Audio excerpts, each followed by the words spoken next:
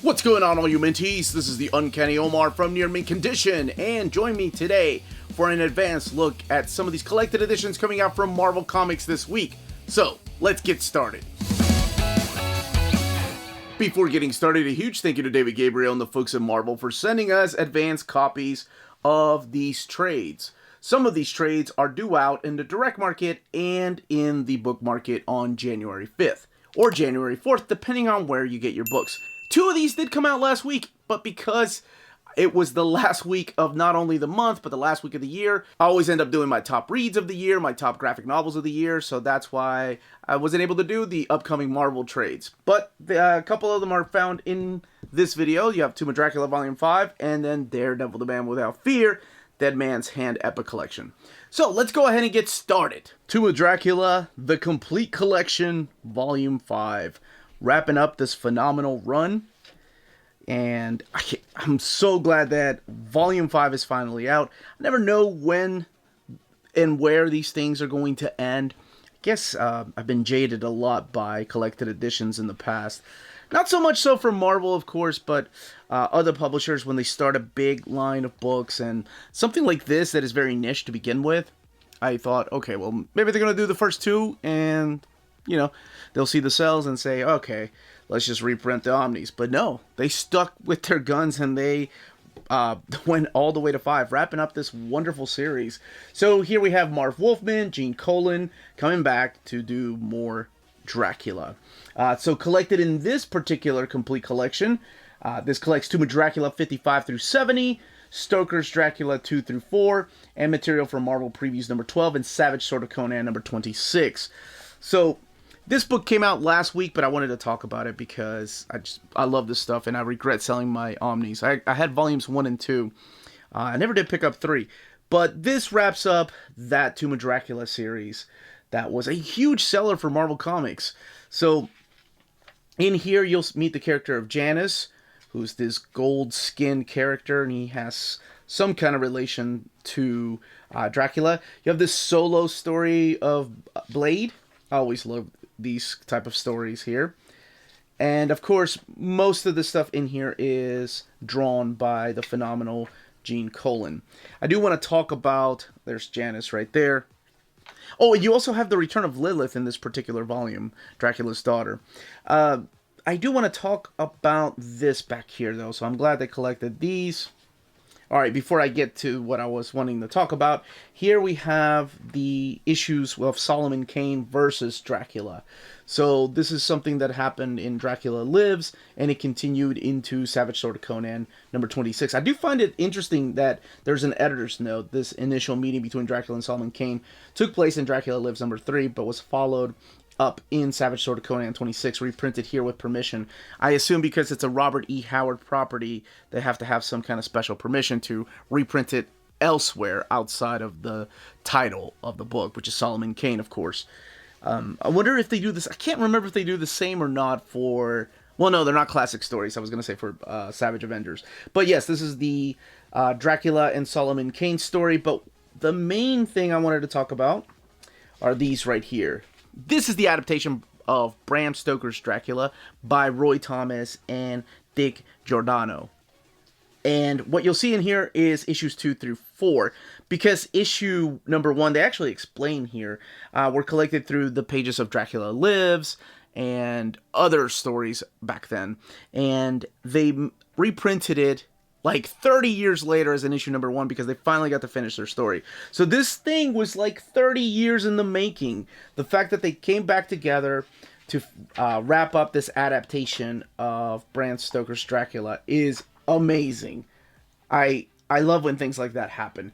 Kind of reminds me a little bit of some of the Steve Gerber Man-Thing stories that he got to do with Infernal Man-Thing. This book has 488 pages. Let's look at the extras in the back. We have thumbnail sketches. We have original artwork. It retails for $44.99. And then we've got pinups. We've got covers. That is an anime-looking cover right there by Stephanie Hans. Requiem for Dracula. This is the Tomb of Dracula omnibus cover that I used to have. That's from volume number 2. and then original artwork. Now this one here is rated mature. There is some parental advisory back here, mainly because of the nudity in here. Now, one thing I noticed in this particular volume compared to volume number 4, which I just got last year, is the paper just seems a little bit thinner. Not really much, just a little bit thinner than the paper quality that they used in volume number 4. Just something, it might just be me, but it's just something I've noticed. I'm not saying it's super thin, I'm just saying it's thinner than volume number 4, the paper stock that they used for this. Daredevil Epic Collection, Dead Man's Hand. This is volume 16, so after the fall of the Kingpin. I will say this book was originally supposed to come out in August, but it got delayed until the last week of the year. But at least it's out, and that's probably why you'll see that this and this book right here, which comes out in a couple of weeks, are almost back to back. The original idea was to have this release in August, and then this is actually releasing on the original scheduled date. But here we have Dead Man's Hand. We have D.G. Chichester. I always mess up how you pronounce his name. And the important thing here is Scott McDaniel. And Scott McDaniel is the artist that joined DG on his run on Daredevil, and it was the first time I remember seeing his artwork, and we'll get to that here in a little bit. But this has the big fight with the Owl, because in the aftermath of the fall of the Kingpin, you have all these people in Hell's Kitchen wanting to take that position. They want to be the new Kingpin of Hell's Kitchen. And honestly, that leads into a huge story arc here in a little bit. It's a big crossover. But the fight with the Owl happens for a couple of issues. You have MC Wyman stepping in to do the fill-in artwork. He's one of the guest artists on here. And I wanted to come back to this issue right here, because this one's very important to talk about. But that cover, I've always loved that cover. Now, I thought it was John Romita Jr., but it turns out that it was Ron Garney. All those years, I thought it was John Romita Jr. But Ron Garney is the fill-in artist for this particular issue. And of course, he's the one that went on to do Captain America with Mark Waid. And probably the most recent run that a lot of people are familiar with, because it came out in omnibus format, is the Daredevil by Charles Soule. He did a lot of the artwork in there, and his art is very different. And speaking of different, let's go to this issue right here, which is the very first issue, I want to say, the first time I saw Scott McDaniel's artwork. And I wasn't blown away, right? I thought, okay, this guy, he's okay. But this is the guy that went on to do Nightwing with Chuck Dixon. And he actually developed that style in this very book right here. Towards the very end of this, right before Fall from Grace, you start seeing him start using less and less cross-hatching and more shadows, and relying more on the contrast of light and dark. I thought that was cool. Like, you get to see the evolution of this artist through these pages of Daredevil that he was working on. That's the annual right there. And there's a couple backup stories from the annual. So this does collect annual number 8. Now, also Daredevil 301 to 311. And the big crossover with Nomad 4 through 6, Punisher War Journal 45 through 47, and then you have material from the Marvel Holiday Special number 2, which has that awesome cover that I ripped out of an ad, I think, because it's Arthur Adams. So here we have Nomad, and somebody has hired Deadpool to go after this gentleman right here. So it's one of the early appearances of Deadpool outside of X-Force. But the big crossover is that you have Silvermane, you have characters like Tombstone, Hammerhead, Justin Hammer, and then Hydra and the Secret Empire are all involved trying to take over the role of the Kingpin. And these three characters, Nomad, who's Jack Monroe at the time, not the Nomad that a lot of people are probably more familiar with, Punisher, and of course Daredevil get involved. There's miscommunication at first, so they're all fighting each other, and then they decide to team up to take down whoever is trying to take over this role. But again, you'll see Walter Simonson's artwork in here start to take shape, and what he'll be using for the pages of Nightwing later on. Let me see if I can get to... Yeah, right here. Oh, that's right. You also get a Infinity War crossover, which introduces us to this... what was his name? Dark Devil or something like that, who plays a bigger part in the Fall from Grace storyline for a reason. But yes, see what I mean by his art starting now to look more and more like probably what you're used to. I love that about going back and seeing all these older comics. I hate using that term older comics when I'm talking about a 90s comic, but going back and looking at it and then seeing where the artist went, I think it's really cool. But this book right here retails for $44.99, and it has 472 pages. Now, let's keep going into this week with Marvelverse Morbius. $9.99, ages 10 and up. This is the graphic novel line that they use to introduce people to their characters. You're familiar with the movies or you want to know more about them. But the dimensions are smaller than your average size trade paperback. But I think it's a pretty cool way to get people introduced to these characters really quick. Some of the stories in here are canon, some of them are based on like the animated series, but here's your table of contents right here. Collecting Amazing Spider-Man 101 and 102, which is where Morbius first appeared. Marvel 2 and 115, Spider-Man Family number 5. I'll be honest with you, I've never read that. I don't know what Spider-Man Family is, but I do love Kevin Greville. He's one of my favorite creators. He's the guy that did Underworld. But he also did the Blue Marvel, and he did that New Warriors Volume 4. And Clayton Henry, not too shabby. I think he's working over at Valiant Comics now these days. And then Morbius Bond of Blood. So kicking off this particular collection with this issue of Spider-Man 101, where Spider-Man... That's right, Stan Lee decided to bounce and let other people take over his story, where it pretty much ended in the cliffhanger with Spider-Man growing 4 more arms. So it's up to Dr. Michael Morbius to try to help him out. So that's how we're introduced to this anti-hero type of character. Then you see him appear in the Marvel 2 and 1, which is the Thing issues right here. So the Thing had his own comic book, and they were trying to highlight or put a spotlight on lesser known characters in the Marvel universe by teaming him up with them. So a little bit different, a little bit of the same of what Marvel Team Up was. But this is Marvel 2 and 1. So this is the Thing and the Morbius and the Morbius. This is Spider-Man Family. This is what I was talking about. I've never read this, and I got around to actually reading it. I don't think this takes place in the Marvel 616 universe. It feels more like a story that takes place out of continuity. But you do get Doctor Strange in there, you do get Morbius, and then here we have Morbius Bond of Blood.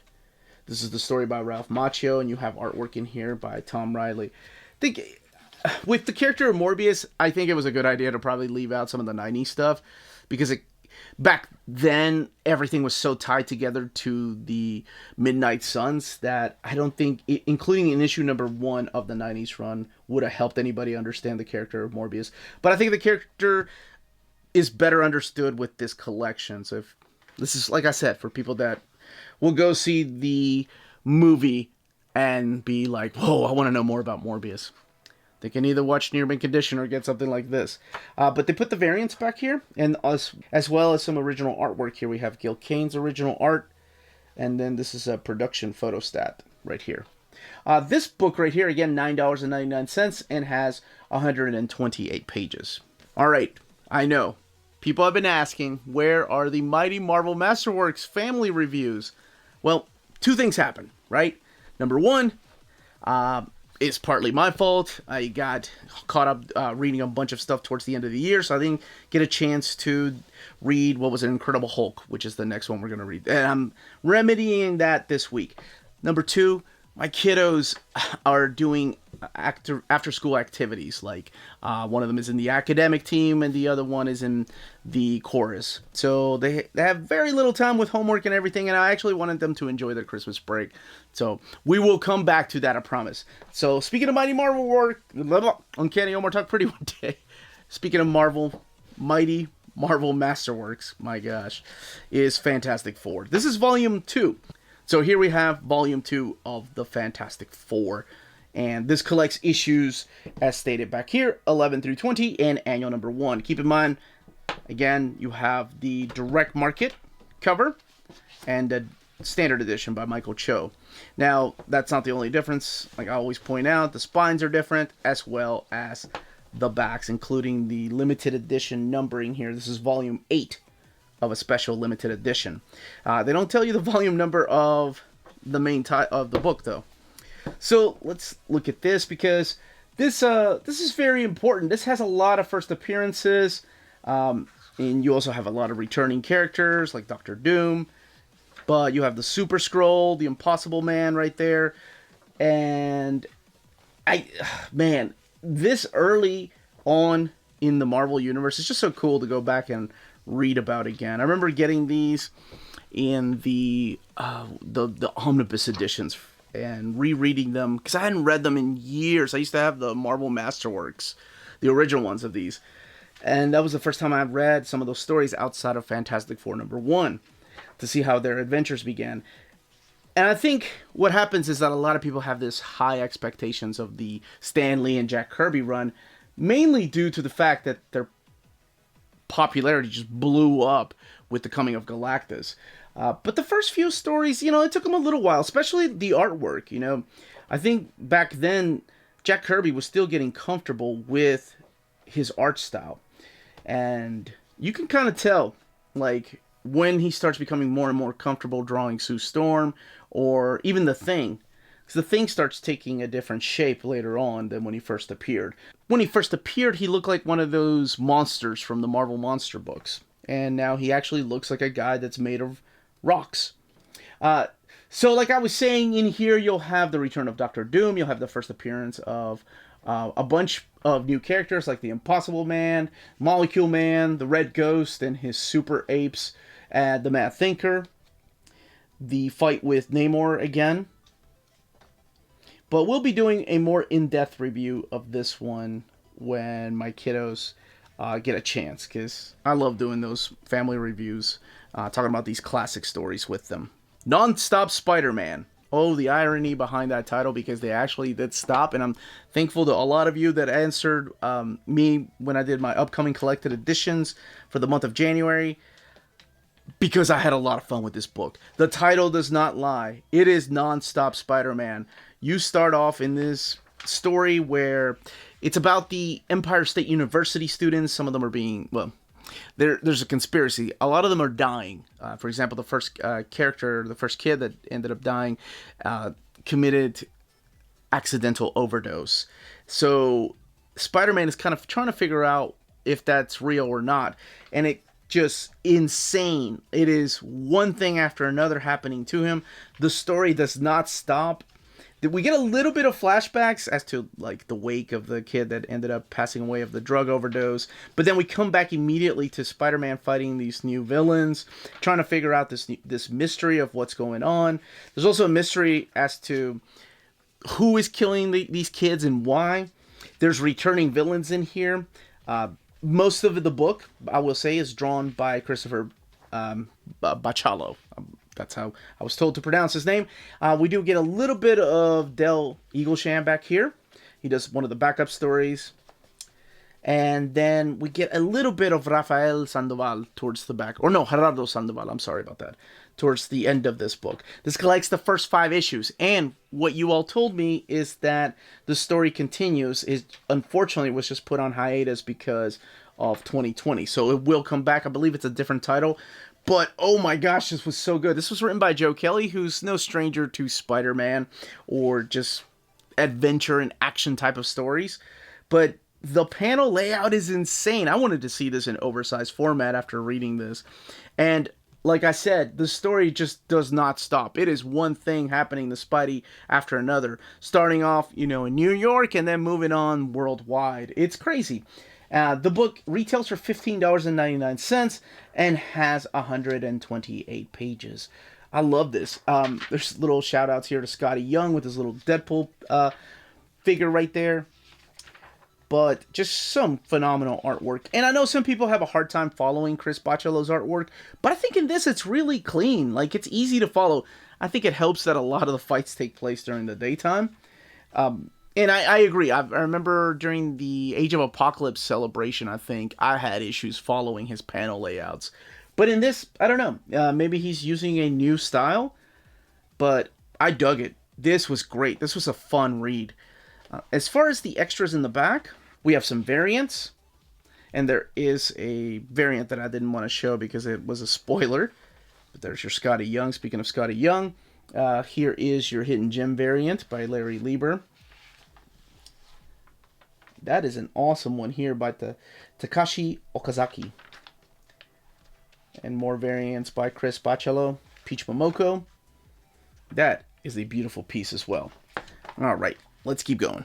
For all of you that like to see what the spines look like, here we are in the middle of the episode. Don't forget to smash that like button and subscribe if you haven't subscribed yet. But here is what all the spines look like from the books coming out this week. Well then, of course, the 2 that came out last week. Gamma Flight by Al Ewing and Crystal Frazier. So this is a title that a lot of people have been wanting. And I'm going to go ahead and say, if you've not read Al Ewing's run on Immortal Hulk, maybe skip this one. I always put timestamps on the description of the video to let you know what book to go to next. Just in case, because there are some things in here that are a little bit spoilery. I'm not going to reveal like the couple of big surprises that I was really surprised by in here. But just in case, if you've not read it, maybe, yeah, come back and watch this one later. Alright, so Gamma Flight, Al Ewing, Crystal Frazier, and Lan Medina drawing this. So these are characters that appeared in the run of Al Ewing's Immortal Hulk. But these are also characters, well-established characters through the pages of Marvel Comics. You have a couple characters from Alpha Flight, a couple characters from She-Hulk and Thor and Hulk. And then you have some surprise stars in here. So mainly the lineup of this particular book is you have Dr. Charlene McGowan, who's still kind of leading them on their missions. You have Doc Sasquatch, who was just Sasquatch at one time, but now he's all gamified. You have the Absorbing Man, you have Titania, and you have Puck. And you also have another member, I'm not going to reveal who it is, but you may have seen him in the pages of the Immortal Hulk, and it's this creepy looking character here. And they're just, right now, because they decided to side with Hulk, everybody is after them. They have a fear that it's Henry Gyrick coming after them, but somebody else is coming for them, and they're wanted by the government, and they see this big gamma creature show up, and all takes place in Austin, so they decide, hey, we're going to go and see what's going on with this gamma creature. Why are gamma creatures still a thing? Now, there is a surprise returning character that I was really happy to see towards the end of this particular issue. I'm not going to spoil who that is. I'm not going to say it's the only surprising character either. There's another return that happens later on that I was like, oh man, this is the kind of stuff I kind of wanted to see in the pages of Immortal Hulk, but I understand completely why they left it out. Because it didn't fit into that story. In here, it fits. Because that story was almost like a standalone pocket universe type of story about the deconstruction of the character of Hulk. Whereas this is like, hey, whatever happened to so-and-so? Well, let's figure it out together. So I really enjoyed this. This was a lot of fun. And I will say, I'm going to go ahead and skip and get to how they collect the variant covers, but censoring that final page of issue number 2. So the variant covers are collected between the chapters on the opposite page of the standard edition cover. So they're all done in this thumbnail size. And then you have the regular cover. And it's good to see Lan Medina drawing another miniseries. I really like Lan's style. It almost is similar to what Joe Bennett, maybe it was the colors being used, but it did remind me of Joe Bennett's style in Immortal Hulk. But this was a lot of fun. This book retails for $15.99, collects the 5-issue miniseries of Gamma Flight, and it has 112 pages. Nothing in the back. There's no extras in the back. Like I said, all the variant covers are on the opposite page of the standard edition cover, or on the opposite side, rather. Black Cat, the Infinity Score. I was just talking about this book and Spider-Woman in my upcoming collected editions, and how overlooked I think both of them are being. This has been a lot of fun. Jed McKay, who is writing the new Moon Knight, and I'm going to be reading that soon. I can't wait to dive into that.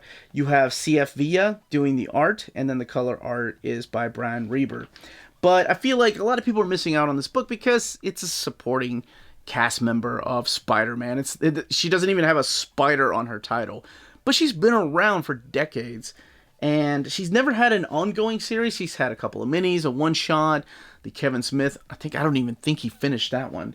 But this collects Black Cat, 8 through 10. Now, that's the 2020 Black Cat series when it was renumbered.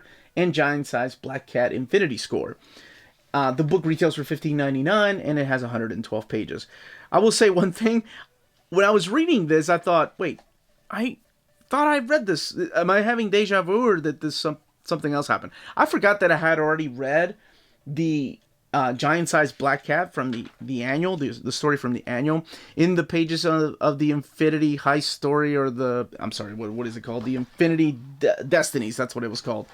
So it wasn't until I got to the very end, till I got to the extras, that I remember this. I was like, oh, that's why I've read it. Okay. So the basic premise of this is that someone, I'm not going to reveal who, hires Felicia, Black Cat, to steal the Infinity Gems. I know they call them stones. It's just creature of habit. They've been gems to me for decades. And when the movies came out, they changed them over to stones. Maybe. I'm sure I'll change my mind. I'm sure I'll cave and start calling them Infinity Stones eventually. But that's what this is about. But through these pages, she ends up finding Star. Now, one thing I will say about this particular, my copy at least, is that there's a couple of pages in here, 6 at maximum, that are blurry. And I thought it was on purpose at first, in this page right here, where they're trying to cut something open. They're cutting Star open. I don't think that's a big spoiler, considering she's in half of the book. But I thought it was maybe they were shaking up the floor, and that's why it looks like it was a little bit blurry. And it's very minimal. You can... I thought that was done on purpose, but it wasn't until I got to these couple of pages here that I was like, okay, either my eyes are getting old, or maybe my copy is just a little messed up. Now, it could be just my copy. I don't know, and it's in about 6 pages. I will say that. But this book is great. If you're not reading it, it's a lot of fun. Even though it ties into this Infinity event, you don't need to read the rest of that, believe me. There's some surprise appearances in here. And here, let's get to that giant size. Yeah, so here's some of the artwork from the giant size issue. Yeah, I thought I was going crazy. I was like, I know I've read that somewhere before. And as far as the extras, you have this awesome connecting covers of Black Cat 8 through 10. These are the variants. Peach Momoko variant, the Captain America 80th anniversary variant. That's Lionel Francis Yu. Whoa! That is nice. Pere Perez, who did some of the artwork for Black Cat. That is also nice. I like that. And let's see back here. Dave Johnson. And then you have some page layouts and original art all the way back here. So let me know in the comments down below if you're also reading this series, if you're enjoying it, if you're hoping for a big fat collection or an oversized hardcover collection of this run. Conan Chronicles Epic Collection, Shadows over KUSH. This is volume 7, years 2014 to 2015. So this stuff is right before Marvel ended up with the license of Conan. So this is still the Dark Horse era of Conan. Here's the previous volumes. And this collects issues of Conan the Avenger. Funny how he ended up joining the Savage Avengers. 1 through 19. All of this written by Fred Van Lente, a very underrated writer, in my opinion. The guy that did The Incredible Hercules. To me, he did my favorite run of Marvel Zombies. The artwork in here is mainly supplied by Brian Ching and Eduardo Francisco. That guy is supposed to look like our Sorcerer Supreme, by the way, but it's not the Sorcerer Supreme. So the story here is pretty basic Conan. However, this is it's different than the Conan I'm used to, because most of the time, mainly because I'm stuck reading classic Conan these days, most of the time when I'm reading Conan, it's about one or two issues. Sometimes there's a 5-issue story arc. This is one huge long story that is not finished yet when you get to the ending of this. There is mature content in here, so mainly the violence and the nudity is what you're going to see for mature content. But what I was going to say is that I'm not really used to a Conan story taking this long, or him taking supporting cast members for this long. But he does end up teaming up with this, let me see if I can find her, because there's a little bit of a spoiler that happens through these pages here. This slave girl right here that he just freed, named Natala, and together they're adventuring all the way to Zuthal. It's the city of eternal dreamers. Something horrible happens to her in one of these scenes, and actually a lot of horrible things happen through these books, but you're familiar with Conan, you know they don't usually, these supporting cast members don't have happy endings. This is stuff I've not read because this is stuff that is collected outside of the Colossal Conan books. So if you own the 3 Colossal Conan books, this stuff has never been collected. This happens after the road to Cimmeria. Okay, in chronological order, this does take place before King Conan, yes. But in publishing order, this came after King Conan, if that makes sense, from the Dark Horse era. But you do have some returning characters. And what I was going to say is, holy crap. I really like Brian Ching's art. Like, I didn't know that he was... I've seen his art before, but this sketchy style that he does throughout this, and of course Eduardo Francisco's art is very similar to Ching's art, I was blown away. I know it's not my Conan. He doesn't look like Conan. He's a skinny version of Conan. I'm used to Conan being very stout and super muscular, kind of like that cover right there. But in the pages in here, it's like a younger Conan who's kind of skinny, not really filled out. But there are some amazing action sequences in here. I really like the designs of the demons, or these boar-like anthropomorphic creatures. But man, he is good. I think the way that his art is done is very similar to that of Cary Nord's when he did Conan. There's not really inks on it from time to time. There's just pencils and then colors over the pencils. And that to me is my favorite type of art. I've just grown to love that over the years. I love inkers, don't get me wrong. Scott Williams and Terry Austin are some of my favorite inkers. But for some reason, to me, the color on just pencils looks so much better. Like when Salvador La Roca was doing Extreme X-Men, or like I said, Cary Nord was doing the pages of Conan with Kurt Busiek. Now, as far as the extras, there's really not that many. There's this character design right here of Callimaco, and a couple of characters that appear, one of them being a spoiler, but man, this was so good. I really enjoyed how the art is what really took me back on this. I wasn't expecting to love the artwork during this time. It's very similar to that of like Billy Tan or Mark Silvestri, or a little bit of like Sean Murphy in here. Maybe it's just the sketchy style that he's using. But I'm not used to Ching's art looking like this. Maybe he's changed it up recently. But this is his Conan. Looks a little more like Tarzan, honestly. I realize he's younger, but... Anyway, this book right here has 448 pages and retails for $44.99. Now we're at the point of the video where we're getting to the cream of the crop, if you will. Invincible Iron Man, the Marvel Masterworks Volume 14.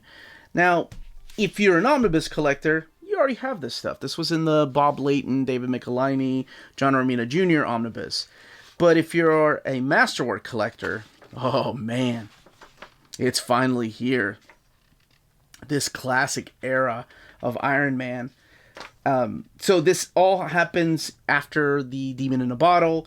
And there's an introduction here by David Michelinie, who was the main writer on the book, talking about back then how they used to write comics and how they had to have some fill-in issues sometimes. And the fill-in issues sometimes included just a bunch of artwork being handed to him, and the editor was like, do something with that. And it's interesting to read the behind the scenes of that. That's one thing that's missing from the omnibus that's collected in here. So this does collect Iron Man 129 to 144. So you have artwork in here by Bob Layton, Jerry Bingham, and of course David Michelinie. Oh, the one thing is the main writer is what I was going to say. Right here. This is interesting. I never paid attention to this. So you have David Michelinie being the writer, but the plot was done by D. Minds. So what that stands for is Diverse Minds. It's a group of people, mainly, I think he said it was probably Bob Layton, Jim Shooter, or Roy Thomas maybe, coming together. No, Roger Stern too, I think.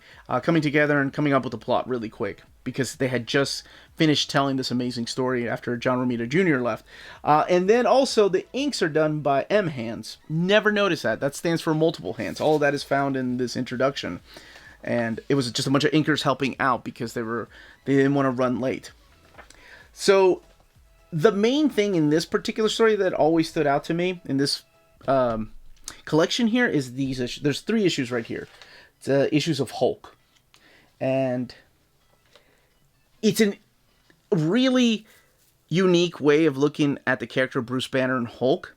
I really remember reading this the first time many years ago. I think it was collected in the Many Armors of Iron Man trade paperback, and then eventually came out in the omnibus format. But what I was going to say is that Bruce decides that he wants the Hulk dead, so he's asking for help. He's asking Iron Man to kill Hulk.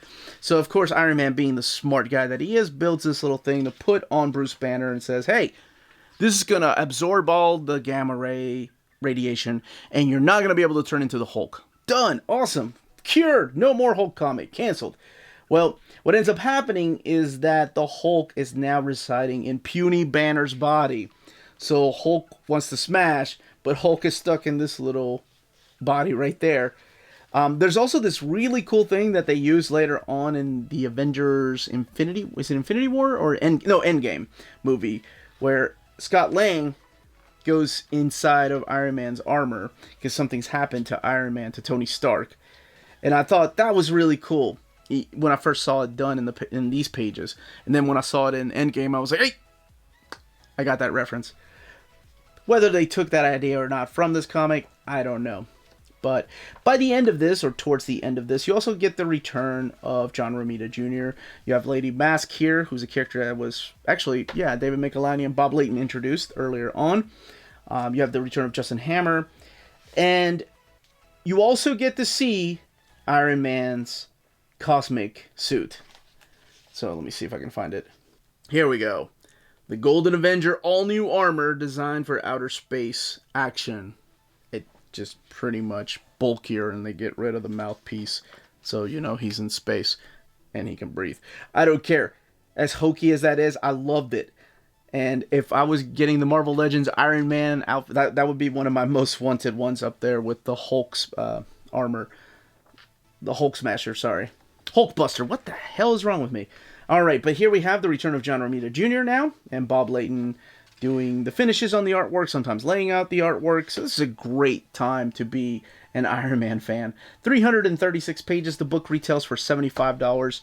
In the back, there's extras, such as some original art from internal pages, layouts, unused original covers. Here's a Jerry Bingham page, and then you get the trade paperback covers here. This is the one I used to have, the Many Armors of Iron Man, and then the bios on some of the people that helped put this book together. Last but certainly not least is Fantastic Four, Volume 23. This is mainly John Byrne in here. It's the John Byrne era, collecting issues 251 to 257, annual number 17, Avengers 233, and The Thing number 2. So mainly it's John Byrne writing all of this, Roger Stern, of course, doing Avengers, and then Ron Wilson penciling The Thing. You have an introduction by Al Milgrom, who was an editor at the time during this particular run. He's actually the editor that helped get John Byrne back to Marvel, or doing this when he came back from the DC Comics, when Al Milgrom came back from DC Comics. So they put him in charge of this. If you've not read this to me is one of the best Fantastic Four runs. It's a lot of things that John Byrne was doing in here that were just mind-blowing. And the crazy thing is, because I didn't realize this as a kid, he was also writing Alpha Flight, and then, for like 30-something issues, and then eventually wrote The Thing, at the same time that he was writing, drawing, inking the Fantastic Four. Just doing all kinds of things, experimental things, such as, I believe it's the next issue here. Oh man, this is the return of Annihilus. So a lot of this takes place in the Negative Zone. Annihilus comes in swinging like a badass and captures Alicia here. But this issue right here, oh my gosh, 252. I remember all my friends talking about, have you seen the Spider-Man 16 and X-Force number 4? Dude, that thing is amazing. It's widescreen. They're trying to make it huge. This is a big time. And I remember thinking, dude, John Byrne already did that. He did that in the pages of Fantastic Four 252. So the entire issue is done in this format right here, what people call the widescreen format. That is so cool. As a kid, this blew me away. I thought, man, this guy is an amazing storyteller. He's able to tell stories in this format. That's crazy. Not only is he writing it, but he's drawing it like this. So yes, he was experimenting on a lot of things. But yeah, for the main part of including the crossover issues with Avengers and pretty much the wrap-up issue with the Thing is Annihilus and the Negative Zone. Here we have some She-Hulk right there. You get to see Byrne do some Daredevil. And actually, Byrne actually supplies the inks, if I'm not mistaken, for this issue right here of Uncle Roger's Avengers. Let's see. Breakdowns and the co-plotter. So yeah, he did the layouts. Sorry, not the inks. That is crazy. And then we have more of the Fantastic Four. Of course, this being the issue that they use for the cover 256. Lots of spread pages, by the way. Be prepared for a lot of those in here. And the Masterworks layover, really nice. I mean, it's the same type of collection that we have grown accustomed to. This is the type of excellence that we've just grown to love from the Marvel Masterworks, and that's why they're pretty pricey. This is the Thing issue, I believe. Yeah, this is the Thing right here. He's dealing with the aftermath of that big Annihilus story. And then, of course, we get another big story with Galactus showing up going, I'm dying. And he's got to face his own death. Franklin Richards recovering from something that happened during that big event. And then we get all of this in here. After the annual 17, we get all of this in here, which is the handbook guide to the Marvel Universe. Just the John Byrne stuff of the Fantastic Four. And how did this man sleep back then? This is crazy. Now, I know that he didn't draw all of these, but it's just crazy that he was helping out with so much throughout the book. That's Dave Cockrum, actually, if I'm not mistaken. Marvel Boy. Yep, Cockrum. But he still had time to draw some of these from time to time. Nah, nuts, but that's why he got paid the big bucks. 344 pages, $75. And the story will continue into the next Masterworks, which also collects the John Byrne era. Now, one thing I noticed, of course, is the art. They've done a phenomenal job cleaning it up. I love the omnibus, don't get me wrong, it's bigger. But when John Byrne was doing his own inks, I don't know, it just seemed a little muddled the way that his inks would come out from time to time. And they've done a phenomenal job in this Marvel Masterworks touching up those inks and making them look a lot smoother and clearer. Just something very small that I noticed. And don't go back and look at your omnibus. There's nothing wrong with it. It's just that when it comes to the Marvel Masterworks, they usually like to update the scans and clean up the artwork, or touch up the artwork, rather. But that, as they say, is that. If you're looking to purchase any of these books, don't forget to check out our sponsor, cheapgraphicnovels.com, your online home for brand new graphic novels and collected editions up to 50% off cover price. They pride themselves on packaging your books so they arrive safely in an excellent condition, as well as prompt and helpful service. Check out the bargain deals for up to 90% off cover price. CGN is excited to announce that they are now taking pre-orders. They're making it easier for you to ensure that you don't miss out on the hottest releases. CGN is currently running a special promotion for you Minties. If you're a first-time customer, let them know that you were referred by near mint condition at the checkout, and you'll receive a credit for free shipping on your next order. This promotion is valid for U.S. customers only. Cheap Graphic Novels, your source for the hottest books with the kind of deep discount and quality shipping and customer service that will keep you coming back for more. And that was the content and page count of each of these books. Let me know in the comments down below which ones you're picking up, if you're still collecting all the Marvel Masterworks, if you're hoping one day for a Tomb of Dracula omnibus reprint, or if this is the way that you're going to collect it, or if you're going to go the Marvel Masterworks route. If you have any other questions, please leave your questions down below. Again, this was the Uncanny Omar. Thank you all so much for watching. Don't forget to smash that like button, ring that bell for notifications to let you know when our videos are going live. We are on Spreadshop and Patreon. Amazing ways to support the channel. And more importantly, everyone, stay healthy and stay safe out there. Much love.